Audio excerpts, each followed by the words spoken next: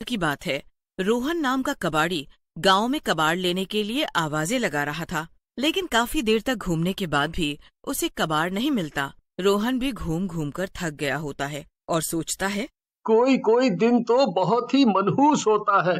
जितना मर्जी मेहनत कर लो, लेकिन कुछ काम नहीं बनता। आज का पूरा दिन हो गया, लेकिन कहीं से भी कबाड़ नहीं मिला। फिर रोहन एक पार्क में चला जाता है। तभी उसकी नजर पार्क में पड़े एक पुराने बैठने वाले बेंच पर पड़ती है। बेंच लोहे का बना होता है। लोहे के बेंच को देखकर रोहन को लालच आ जाता है। अरे, ये तो लोहे का पुराना बेंच है और देखने में कितना सुंदर लग रहा है। क्यों ना इसे ही उठा लूं। अभी इस पार्क में कोई माली भी नहीं है, तो कोई मुझे ऐसा करते देखेगा भी नहीं।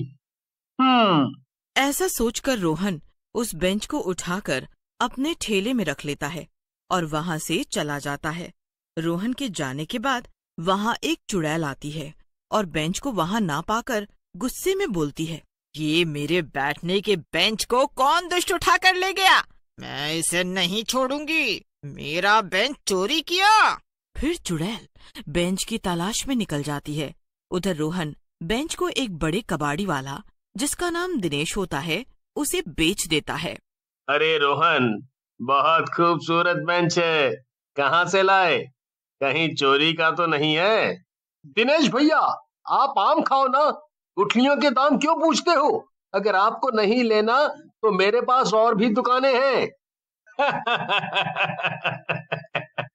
तुम भी ना रोहन, जरा सी बात पर नाराज हो जाते हो। अरे भाई, मैं तो मजाक कर रहा था। तुम अपने पैसे पकड़ो। हम्म अरे, तो हम क्या आपके जीजा जी हैं जो हमसे मजाक कर रहे हो? ऐसा कहकर रोहन वहां से चला जाता है। दिनेश भी शाम होने के बाद दुकान बंद करके अपने घर चला जाता है। चुड़ैल अपने बेंच की तलाश में दिनेश की दुकान में पहुंचती है और अपने बेंच को वहां पाकर गुस्से में आ जाती है। ये तो कबाड़ी मेरे बेंच को यहाँ उठाकर लाया था। मेरे प्यारे बेंच को अभी मजा चखाती हूँ इसको। ऐसा कहकर चुड़ैल दिनेश की दुकान के अंदर रखा सारा सामान यहाँ वहाँ फेंक देती है और अपने बेंच को लेकर चली जाती है। अगली सुबह जब दिनेश अपनी दुकान पर आता है और दुकान को अस्त व्यस्त देखता है, उसे बहुत गुस्सा आता है। ये सब किसका किया धरा है? मुझे लगता है ये सब उस दुष्ट रोहन ने किया है। मैंने थोड़ा सा मजाक किया तो उसने मेरी दुकान को ही खराब कर दिया, और तो और बेंच भी ले गया। इसको अभी मजा चखाता हूँ। ऐसा कहकर दिनेश गुस्से में रोहन के पास जाता है और रोहन को मारने लगता है। रोहन मार खाते हुए बोलता है, आ, अरे अरे दिनेश भैया, मुझे मुझे काहे मार रहे हो? मैंने क्या किया है? आप तो मुझे मंदिर का घंटा समझकर बजाए ही चले जा रहे हैं। मुझे कुछ बताओ तो सही। कल तुझसे जरा सा मजाक क्या कर दिया दुष्ट? तू बदला लेने पर उतर आया। आज मैं तेरी टांगे तोड़कर ही दम लूंगा। अरे भैया, भला मैं तुमसे किस चीज का बदला लूंगा? आप तोड़ लेना मेरी टांगे, लेकिन पूरी बात तो बताओ। फिर दिनेश रोहन को सारी बात बताता है, जिसे सुनकर रोहन बोलता है, दिनेश भैया, मैंने कुछ नहीं किया है। लगता है कोई चोर आया होगा रात में आपकी दुकान पर, उसी का किया धरा है ये। और वही लोग उस बेंच को उठाकर ले गए होंगे। और फिर रोहन के समझाने पर दिनेश वहां से चला जाता है और रोहन भी रोज की तरह अपने काम पर निकल जाता है। लेकिन उसके मन में ख्याल आता है कि वो क्यों ना एक बार पार्क में जाकर बेंच को देखे। वो बेंच वहीं तो नहीं है। ऐसा सोचकर वहां रोहन पार्क के अंदर चला जाता है। अरे, ये बेंच तो पार्क के अंदर ही है। लगता है मालियों ने अपनी बेंच को दिनेश की दुकान पर देख लिया है और वही इसको लाए हैं। एक काम करता हूँ, इसको वापस दिनेश को दे देता हूँ। ऐसा कहकर रोहन बेंच को वापस ले जाकर दिनेश को दे देता है। उधर चुड़ैल अपने बेंच को ना पाकर फिर गुस्से में आ जाती है। ये कबाड़ी तो लगता है मेरे बेंच के पीछे ही पड़ गया है। इससे पहले कि ये उस बेंच को नुकसान पहुंचाए, मुझे इसे सबक सिखाना होगा। ऐसा कहकर चुड़ैल दिनेश की दुकान पर चली जाती है। दिनेश दुकान बंद कर रहा होता है। चुड़ैल दिनेश के सामने आकर खड़ी हो जाती है। चुड़ैल को अपने सामने पाकर दिनेश घबरा जाता है। चुड़ैल, चुड़ैल जी, आप यहाँ क्यों आई हो? मैंने तो कुछ नहीं किया। क्या बात है? रोज रोज मेरा प्यारा डिजाइनर बेंच चोरी करके ले जाता है और कहता है कुछ नहीं किया।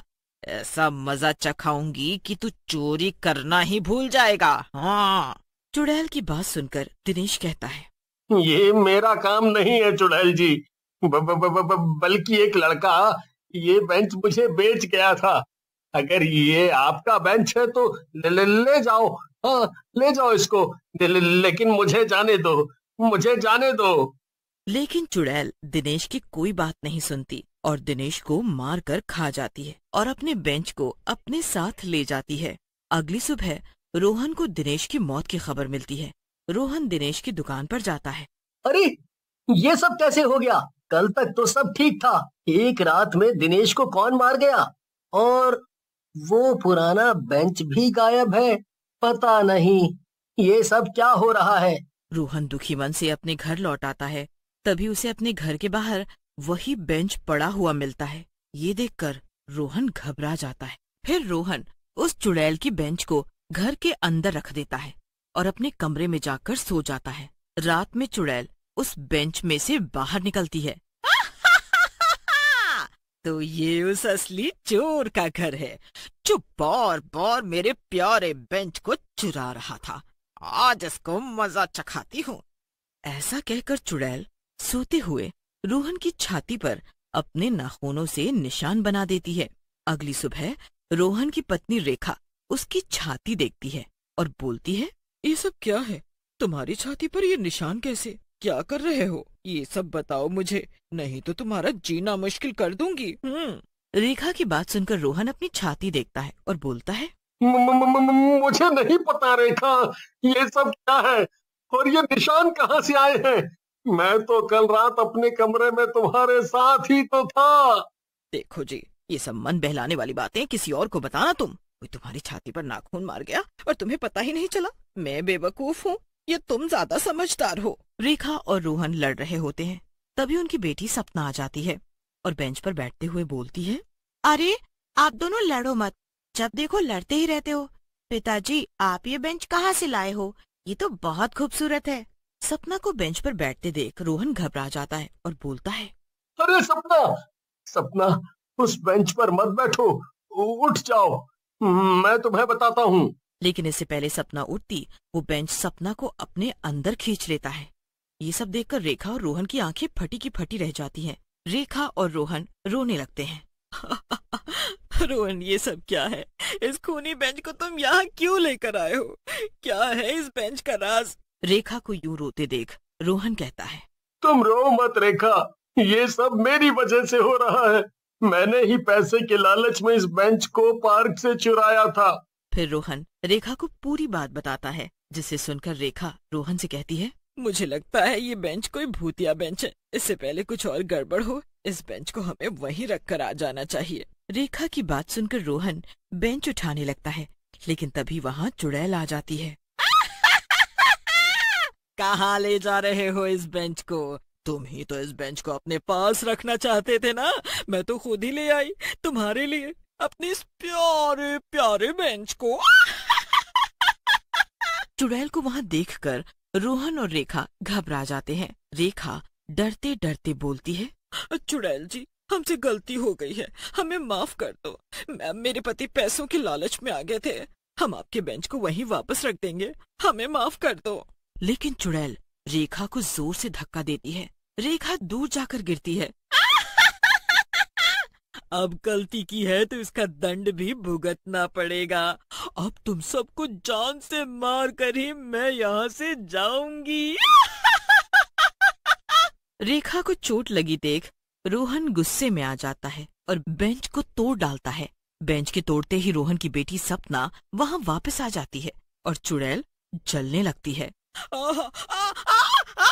दुष्ट, तूने ये क्या किया? इस बेंच में मेरी